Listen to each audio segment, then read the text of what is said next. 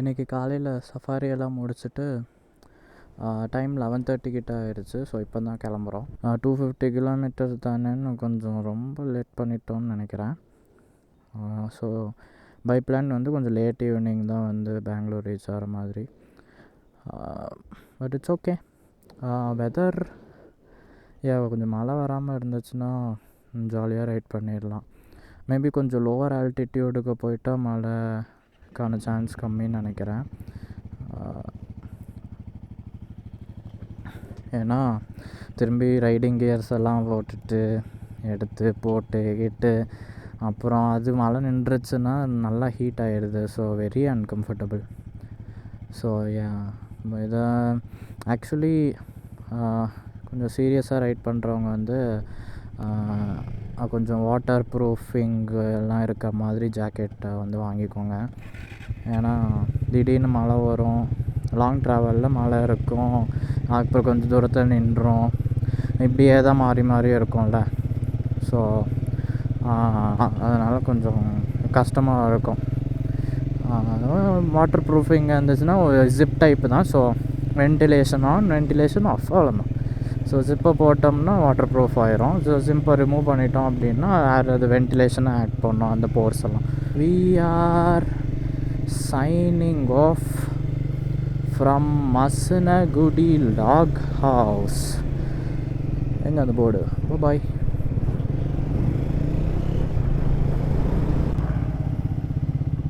சொல்லி முடிக்கலை. ஜஸ்ட்டு அந்த அந்த லாக் ஹவுஸ் ரோட்லேருந்து மெயின் ரோடை தான் பிடிச்சிருக்கோம். மழை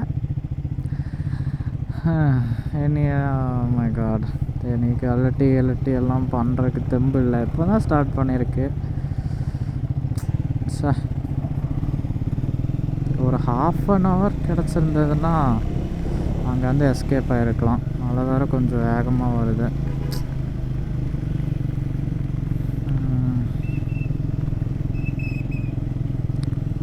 ஃபார் 5-10 மினிட்ஸ் இப்படியே ரைட் பண்ணால் நல்லா நனைஞ்சிருவேன். அண்ட் இப்போ தான் டே ஸ்டார்ட் பண்ணுறோம், டுவர்ட்ஸ் எண்டு கிடையாது. So pretty tough.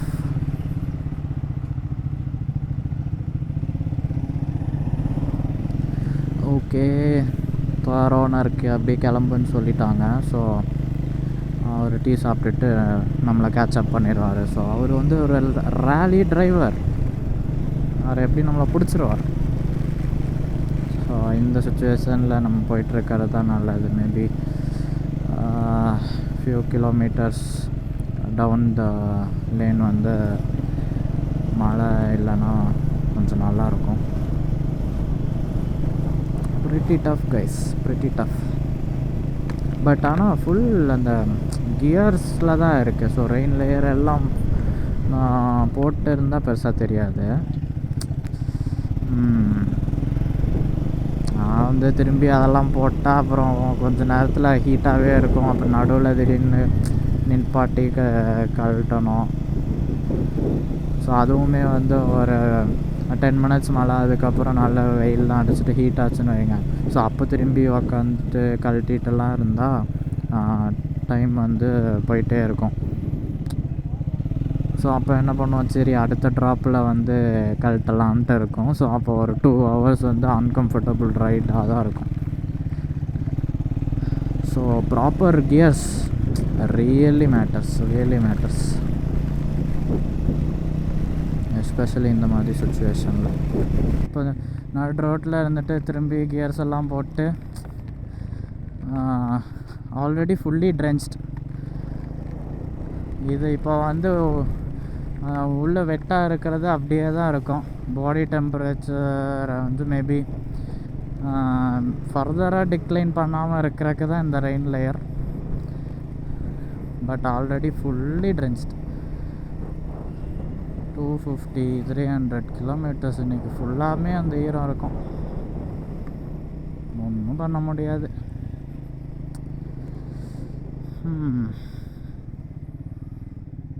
ஸோ லாஸ்ட்டாக ஒரு பேட் எக்ஸ்பீரியன்ஸ் இருக்குது. அது அந்த ஹொசூர் இப்படி தான் ட்ரிப்பு முடிச்சுட்டு வரும்போது ஹொசூரில் இருந்து பெங்களூர் வரைக்குமே ஹெவி ரெயின். அது ஒரு 60 கிலோமீட்டர். ஸோ அந்த 2 hours 2.5 hours அன்கம்ஃபர்டபுளாக இருந்தது. பட் அட் த எண்டு வீட்டுக்கு 2.5 hours போயாச்சு. இப்போ லன்ச்சு ட்ரென்ச்டு, டீ ட்ரென்ச்டு. இப்போ ரெயின் கியர்லாம் போட்டாச்சு, வெயில் அடிக்குது. என்ன சொல்கிறது, சிம்பிளி பேட் எக்ஸ்பீரியன்ஸ். அங்கே ஏதோ இருக்க போல். I am not even interested now. Almost வந்து அப்பர் லேயர் வந்து கொஞ்சம் ட்ரை ஆயிடுச்சு. ஏன்னா ஹாஃப் ஜிப் ஓப்பன் பண்ணி விட்டுருக்கேன். ஸோ அதனால் பட் ரெயின் பேண்ட்ஸ் வந்து ஐ மீன் லோவர் பார்ட் வந்து பேண்ட்டெல்லாம் வந்து காயலை. ஏன்னா ரெயின் பேண்ட் வந்து ஏர் சர்க்குலேஷனை வந்து ஸ்டாப் பண்ணியிருக்கிறதுனால. ஸோ ப்ராபப்ளி லன்ச்சில் டிசைட் பண்ணணும். அனதர் ஒரு 1 hour ரைட் பண்ணி லெட்ஸ் சி. ப்ளஸ் இதில் என்ன ரிஸ்க்னா, பெங்களூரில் அகைன் மழைலாம் இருந்துச்சு அப்படின்னா அங்கே இன்னும் ரொம்பவே கஷ்டமாயிரும். ஸோ இப்போ இதில் ஒரு டெசிஷன் எடுக்கிறதே வந்து வெரி டஃப். அதுவும் வந்து நம்ம நிறைய பிளேசஸை க்ராஸ் பண்ணி போகிறோம். ஸோ வெதர் எப்படி இருக்கும்னு கரெக்டாக சொல்ல முடியாது. So but so far it's okay. ரொம்ப அன்கம்ஃபர்டபுளாக இல்லை.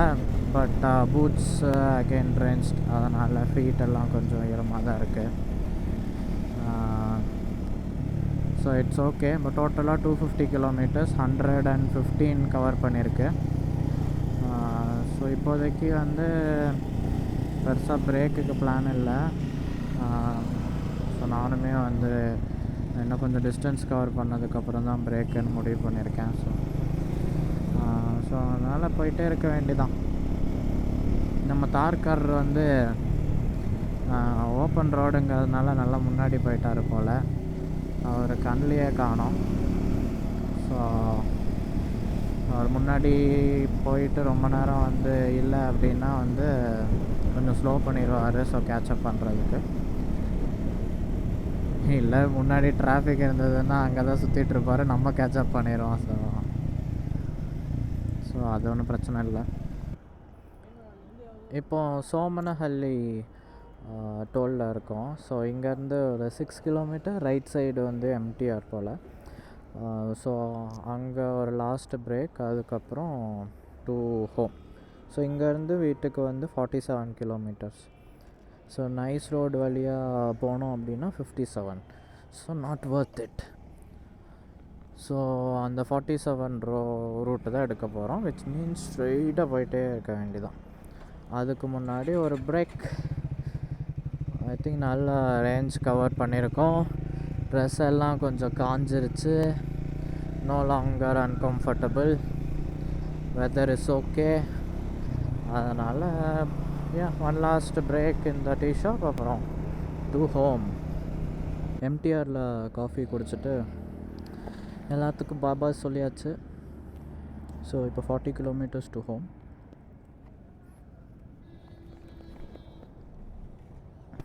இது ஏதோ நைஸ் ரோடு டோல் காமிச்சு அது வேறு 50 ரூபாயாம் டோலுக்கு. 15 எவ்வளோ கிலோமீட்டர்ஸ், மேபி 15-20 கிலோமீட்டர்ஸ் வந்து இங்கே இருக்கும்னு நினைக்கிறேன். இந்த ரோட்டில் போகலான்னு நினைக்கிறேன். பட் 50 ருபீஸுன்னொன்னே கொஞ்சம் ஷாக் ஆகிட்டேன். ஃபுல் எக்ஸ்டெண்ட்டுக்கு யூஸ் பண்ண முடியுமான்னு தெரியல. But 36 kilometre. ஸோ 15-20 கிலோமீட்டர்ஸ் இங்கேருந்து இந்த ரோட்லேயே கவர் பண்ணிட்டோம்னா வருது தான். அந்த ரிமைனிங் அப்போ வந்து ரொம்ப ஷார்ட் ஆகிரும் டுவர்ட்ஸ் அந்த டிராஃபிக் அண்ட் வீடு அந்த மாதிரி. ஸோ அப்போது it will be worth it.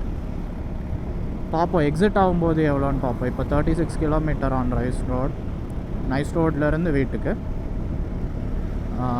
So exit ஆகும்போது பார்த்தா ஓகே எவ்வளோன்னு கணக்கு தெரியும். Okay see you guys. Okay இப்போ நைஸ் ரோட்லேருந்து எக்ஸிட் ஆகிட்டோம். ஸோ 36 இருந்துச்சா, இப்போ வந்து 22. ஸோ ஒரு 14 கிலோமீட்டர்ஸ் வந்து டிராஃபிக் இல்லாமல் வந்திருக்கோம். ஆனால் இதில் ட்விஸ்ட்டு என்னென்னா, நம்ம அங்கே ஒரு எம்டிஆர்லேருந்து கிளம்பும்போது 2 ரூட்டு காமிச்சது. ஸோ ரெண்டுத்துக்கும் டிஃப்ரென்ஸ். நைஸ் ரோடு வழியாக போனோம்னா எக்ஸ்ட்ரா 7 கிலோமீட்டர்ஸ். ஸோ இந்த 14 ஸோ ஆனால் ஏன் மேப் வந்து அப்படி காமிச்சதுன்னு தெரில. மேபி கொஞ்சம் சீக்கிரம் போகிறதுக்காக அப்படி காமிச்சிருக்கோன்னு நினைக்கிறேன். ஸோ அப்போனா அந்த 7 மைனஸ் பண்ணிடுங்க. ஒரு 7 கிலோமீட்டர் தான் வந்து நம்ம ஹை ஸ்பீடெல்லாம் வந்திருக்கோம். ஐ மீன் டிராஃபிக் இல்லாமல் வந்திருக்கோம். ஸோ அந்த 7 கிலோமீட்டருக்கு நம்ம 50 ரூபா கொடுத்துருக்கோம். எப்படி இப்போ இன்னும் 20 கிலோமீட்டர் இன்னும் யூட்டர்னும். இங்கே இப்படி யூட்டர்ன் பண்ணுறது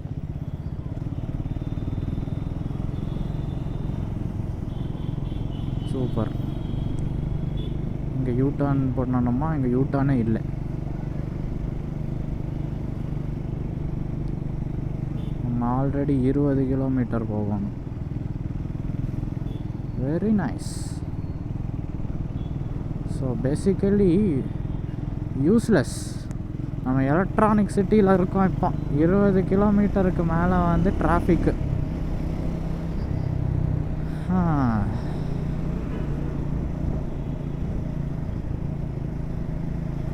50 ரூபாயும் போச்சு, நமக்கு டைமும் போச்சு. அதுக்கு வேறு அந்த ரோட்லேயே கொஞ்சம் டிராஃபிக்கோடு வந்திருக்கலாம். இப்போ பாருங்கள், இது 24 கிலோமீட்டர்னு மாறிடுச்சு. இப்போ ஏதாவது யூஸ் இருக்காப்போ? ஏன்னா இங்கே யூட்டர்ன் இல்லை அங்கேருந்து எக்ஸிட் ஆகும்போது.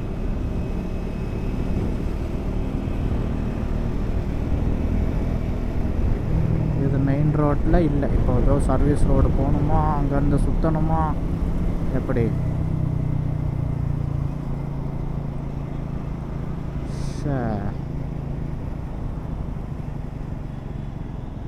Not worth it. கொஞ்சம் அந்த ரூட்டெல்லாம் வந்து ஒழுங்காக தெரியலன்னா இதுதான் பிரச்சனை. கொஞ்சம் விவரமாக இருந்துக்கிட்டால் தான் பிழைக்க முடியும்னு நினைக்கிறேன்.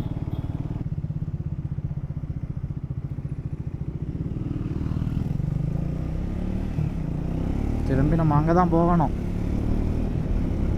இன்னும் 22 கிலோமீட்டர் இருக்குது. 22 கிலோமீட்டருமே டிராஃபிக் தான். நம்ம ட்ரிப்பு போகிறது பெருசு இல்லை, திரும்பி சிட்டிக்கு என்டர் ஆகும்போது இந்த டிராஃபிக்கில் போகிறது தான் செம கடுப்பு. ஏன்னா போகும்போது வந்து ஏர்லி மார்னிங் போயிடுவோம் அந்த டிராஃபிக்கெல்லாம் இருக்கிறதுக்கு முன்னாடி. வரும்போது ஒன்றும் பண்ண முடியாது, எந்த டைமில் வந்தாலும் டிராஃபிக்காக தான் இருக்கும். அதுக்குன்னு அதிகாலையில் வர மாதிரியாக பிளான் பண்ண முடியும்? அதுக்கு இங்கே அந்த டோல் வாங்கினா கொஞ்சம் நேரம் வந்து போகலாம். அங்கே நைஸ் ரோடு டோல் எடுக்கிறதுக்கு யூஸ்வலாக இந்த இதில் வந்து கொஞ்சம் ரூபா கொடுத்து டிராஃபிக் இல்லாமல் போயிருக்கேன்.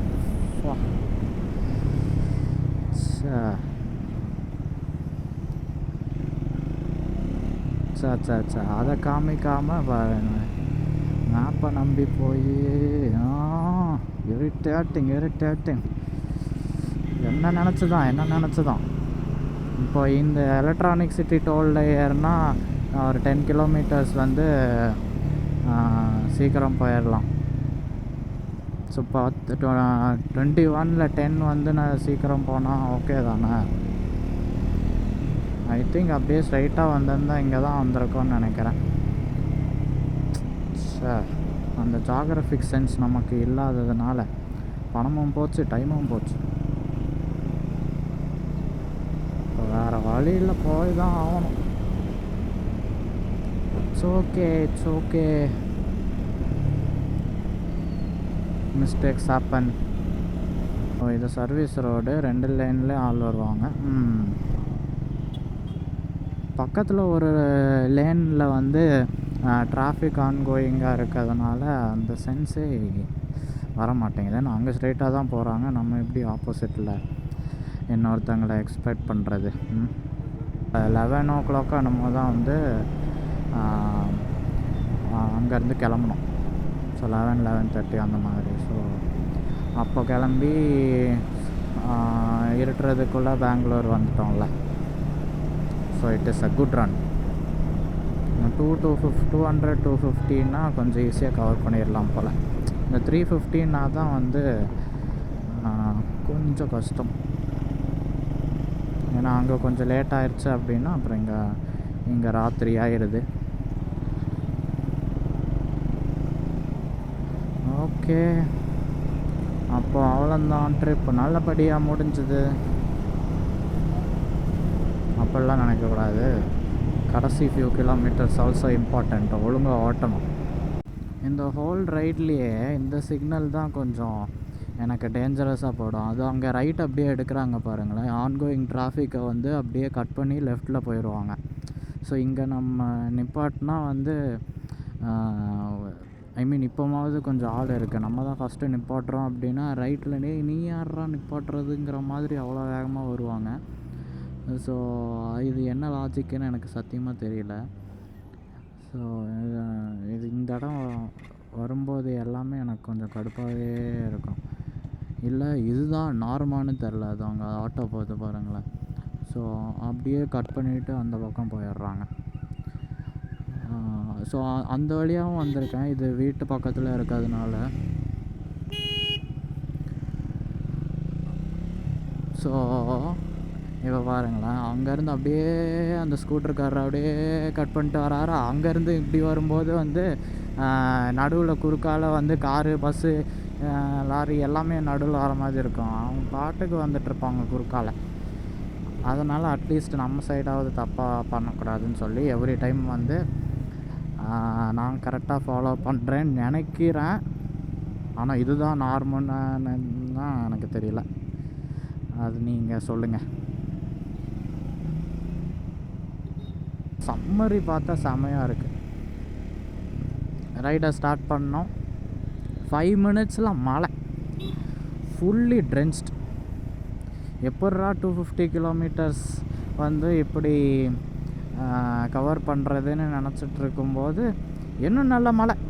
சரி, மழை விடுற மாதிரி தெரியல அப்படின்னு ஃபுல்லாக நிப்பாட்டி மழையிலேயே ரெயின் கோட்டு அது இதுன்னு போட்டு ஸ்டார்ட் பண்ணுறேன். ஸ்டார்ட் பண்ணதுக்கப்புறம் மழை நின்றுச்சு.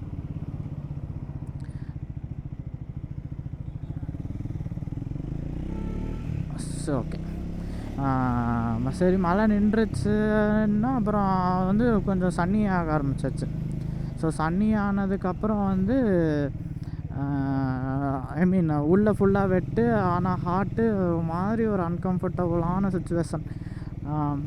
ஸோ அதுக்கப்புறம் லன்ச் டைம் வரைக்கும் எப்படியோ சமாளித்து அதுக்கப்புறம் தான் வந்து கழட்டியிருக்கு. அப்புறம் lunch time to tea time அந்த கேப்பில் தான் வந்து ஃபுல்லாகவே வந்து ட்ரை ஆச்சு.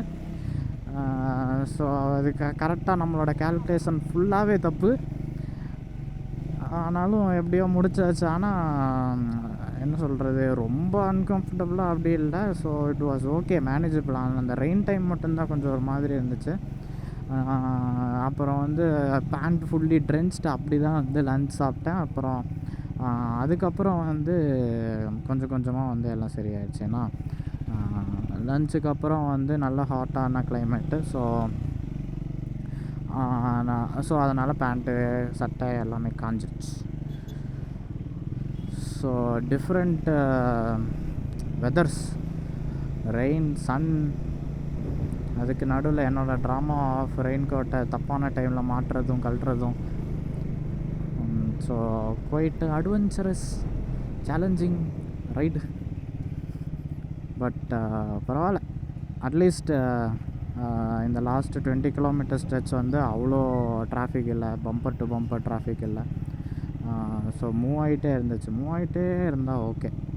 பம்பர் டு பம்பர் டிராஃபிக்னா கொஞ்ச நேரத்துலேயே கிளச்சு கியர்னு போட்டு அதுலேயே வந்து ஏன்டா ட்ரிப்புக்கெல்லாம் போகிறோம் அப்படிங்கிற மாதிரி ஆயிருக்கும்.